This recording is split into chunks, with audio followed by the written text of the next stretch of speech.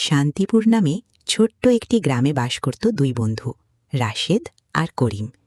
একজন ছিল খুব চালাক আর অন্যজন ছিল সহজ সরল ও ভালো মনের মানুষ। করিম সবাইকে বিশ্বাস করত আর রাশেদ সব সময় নিজের লাভের চিন্তা করত। একদিন রাশেদ করিমের কাছে এসে বলল, বন্ধু, আমার খুব বিপদ, মায়ের চিকিৎসার জন্য কিছু টাকা দরকার।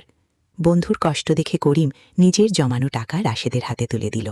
সে বিশ্বাস করেছিল বন্ধু কখনো তাকে ঠকাবে না। কিন্তু দিন পার হয়ে গেলেও রাশেদ আর টাকা ফেরত দিল না। তখন করিম বুঝতে পারল সে প্রতারিত হয়েছে।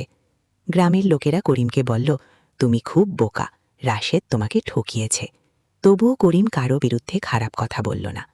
কয়েক মাস পরে গভীর রাতে হঠাৎ রাশেদের বাড়িতে আগুন লেগে গেল। চারদিকে চিৎকার আর আতঙ্ক ছড়িয়ে পড়ল। সেই আগুনের মধ্যে রাশেদের ছোট ছেলে ঘরের ভিতরে আটকে পড়ে। কেউ আগুনের কাছে যাওয়ার সাহস পাচ্ছিল না।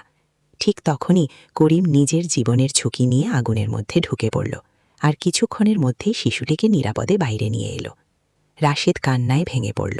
সে বুঝতে পারল যাকে সে ঠকিয়েছিল সেই মানুষই আজ তার সবচেয়ে বড় উপকার করল।